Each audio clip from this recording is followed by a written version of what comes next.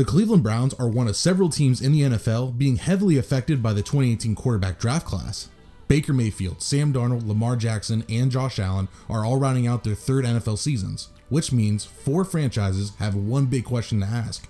Do we have our quarterback of the future? In this video, I more specifically want to dive deeper into the quarterback who I believe will put his team into complete and utter turmoil after the season, and that's Baker Mayfield.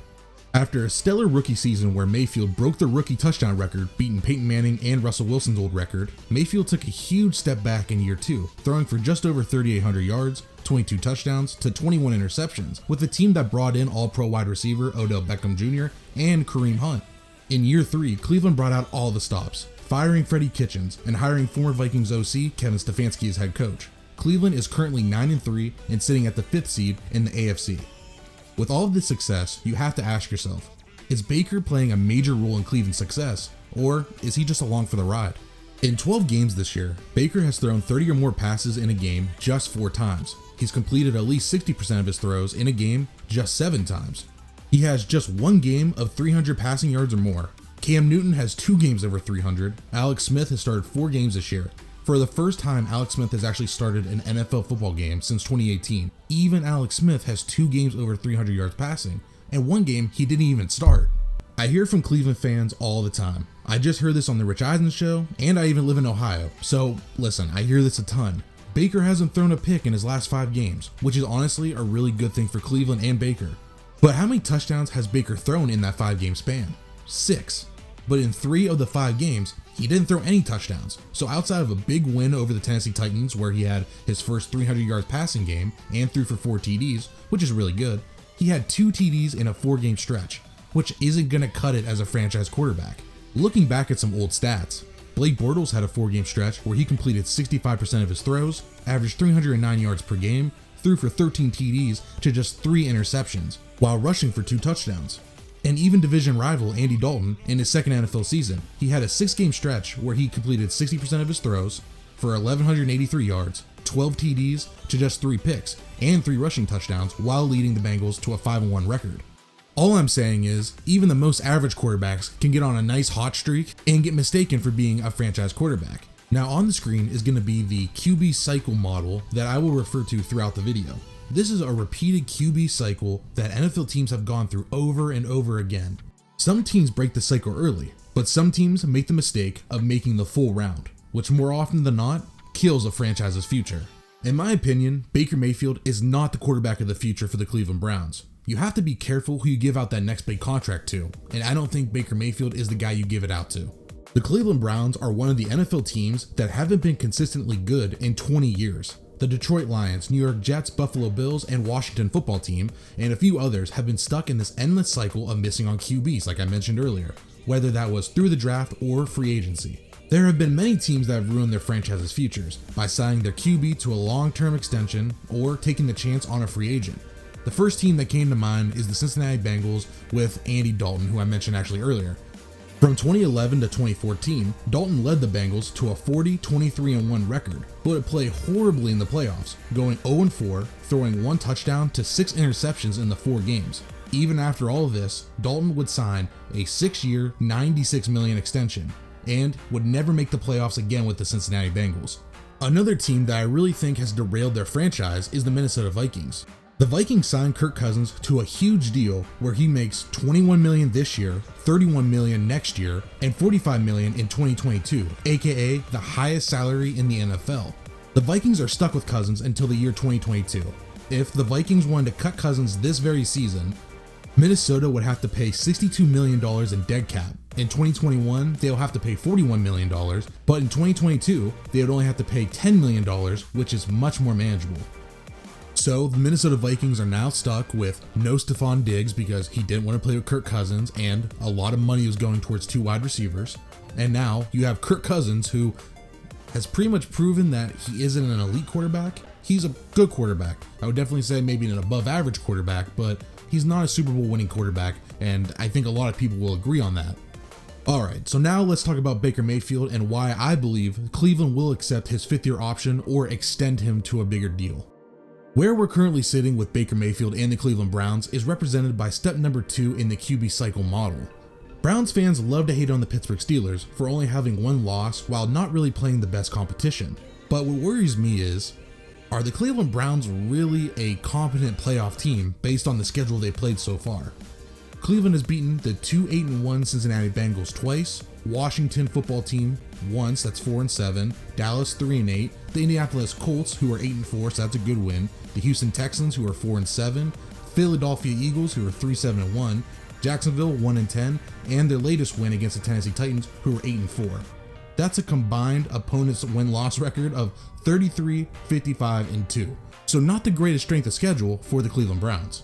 Cleveland has 2 games against the New York Giants and the New York Jets, which I think are pretty much guaranteed wins unless, in Cleveland fashion, they blow it. But it seems like they're going to win those games. So that's going to pretty much guarantee them a playoff spot this year, which will be the first time they made the playoffs since 2002. So whether or not the Cleveland Browns actually make, a deep playoff push, or if they lose in the wild card round, it'll be the first time since 2002 they made the playoffs, which is going to be huge for the fan base. It'll be Baker Mayfield coming off a really good statistical season, and honestly, I think Nick Chubb and Kareem Hunt really led the way for, the Cleveland so far, and I think Baker's just been along for the ride, really not making turnovers and not making, a ton of big throws, just really, playing game manager. So coming off a playoff appearance, the Cleveland Browns have a choice to make. They have to either accept or decline Baker Mayfield's 5th-year team option from whenever Cleveland's last game played is, and they have until May 2nd to make that decision. So let's look at the QB cycle. Step number 1, draft the QB of the future, and that's apparently supposed to be Baker Mayfield. So move on to step number 2.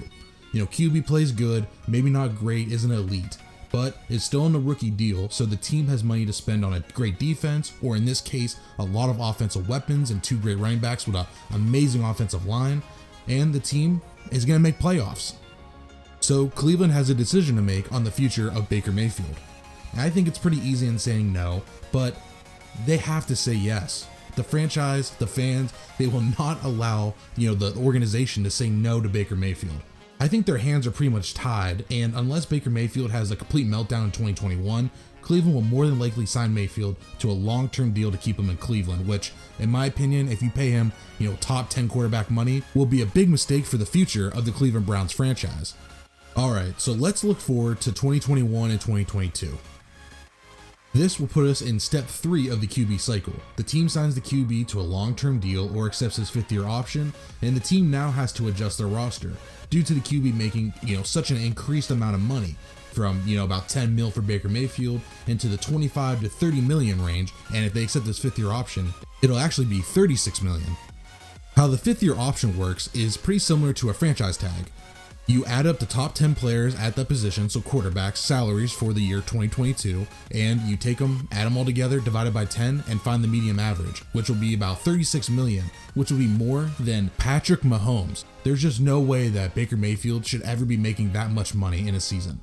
So now we're in between steps 3 and 4 because we still need to clear out the roster due to Baker Mayfield probably getting an extension worth anywhere from probably, I'd say, the Jimmy Garoppolo money that you'll see on the screen here, about 25 to 27 million up to about 30. I imagine that's where Baker will be right in the middle, right in that sweet spot. There's a lot of key players for the Browns who are going to need contract extensions in the years 2022, 23, 24 range. In the first group, you're going to see Odell Beckham, Jarvis Landry, and Austin Hooper. 3 big receiving weapons. You're going to see a key offensive lineman. I mean, there's just a lot of weapons here that you have to re-sign for this team, especially the offensive line. That's the bread and butter of this team, is the run game. In the second group, you see Baker Mayfield himself and Denzel Ward, who was also in the 2018 draft class and was a top 10 pick. So he also has a 5th-year team option that he can accept, or he might get a contract extension. Plus, 2 more offensive linemen that need to be re-signed. And then you see 2 little circles at the bottom, Kareem Hunt and Nick Chubb. You have to re-sign Nick Chubb. That is the biggest priority on this list is Nick Chubb.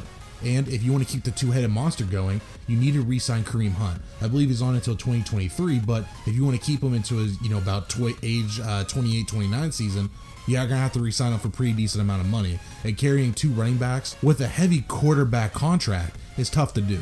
So ultimately, Cleveland is going to lose some of these guys, or if they re-sign a lot of these guys, it's going to have a pretty bad defense. So now we're officially into step number 4. The Cleveland Browns, or whatever team, is expecting their quarterback, Baker Mayfield, to, push the team over the edge and win a Super Bowl in years, 4 through 6 to 7, I would say. The QB isn't necessarily good enough to compensate for the lack of roster strength due to his high salary.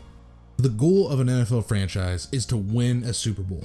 And look at the last 10 Super Bowl winning, quarterbacks, or quarterbacks that even went to the Super Bowl.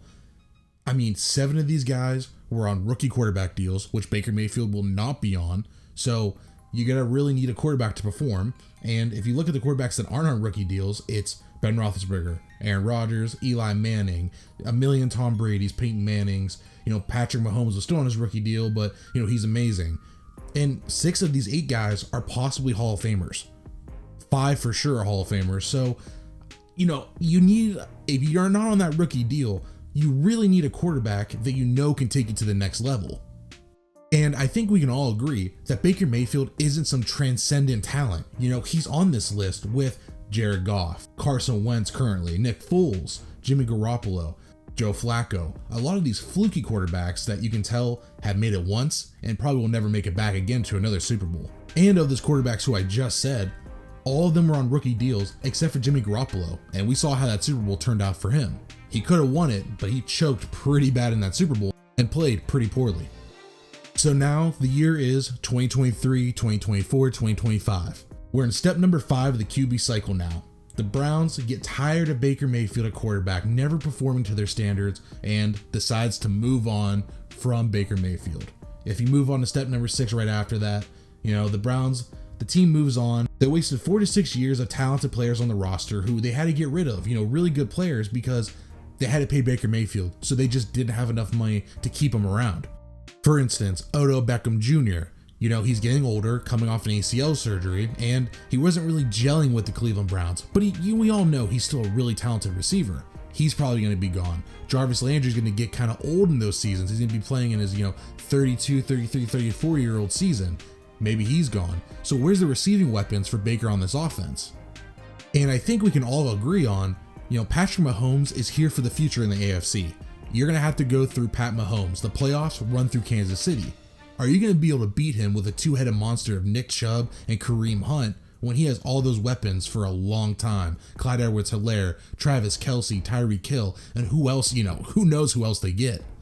My biggest concern with the Cleveland Browns is this. I just worry that Baker Mayfield will sign this big 4 to 5 year extension. They're going to lose a lot of players off their team, and you're going to expect Baker to try to outduel Patrick Mahomes in the AFC, Ben Roethlisberger, Lamar Jackson's still there. And I'm forgetting a ton of other quarterbacks, of course, in the AFC off the top of my head. But, the playoffs are going to run through Patrick Mahomes and a couple of these other really great teams in the AFC. Is Baker Mayfield going to be a good enough quarterback to, upset Kansas City in these playoffs? You're going to have to do it every single year. And I just don't think Baker's ever going to be a talented enough player, transcendent, big enough player to do so. So when Cleveland finally realizes that Baker Mayfield maybe isn't the guy they should have signed or, isn't worth all the money, they're going to redo the cycle. They're going to draft a quarterback number 1, and hopefully it works out and he's this transcendent talent. But if he's not Russell Wilson, Aaron Rodgers, Tom Brady, Patrick Mahomes, Deshaun Watson, one of these guys that is an up-and-comer, Cleveland's going to be stuck in the same rut and the same cycle they've been in for the last 20 years. And that's why I think signing Baker Mayfield to a big contract extension is a big mistake for the Cleveland Browns and will derail their franchise for years to come. I want to thank you guys so much for watching the video. I really appreciate it. My channel's been a little inactive as last couple months, but I wanted to come back with this video because I felt super strongly about it and I really think it needs to be made. Let me know down in the comments below what you think about Baker Mayfield and the future of the Cleveland Browns. And like I said, I don't think Baker is the future of the Browns, but hey, maybe you think differently. Let me know down in the comments below. I want to thank you guys once again for watching the video. Please leave a like down below, subscribe to the channel, and I'll see you guys next time.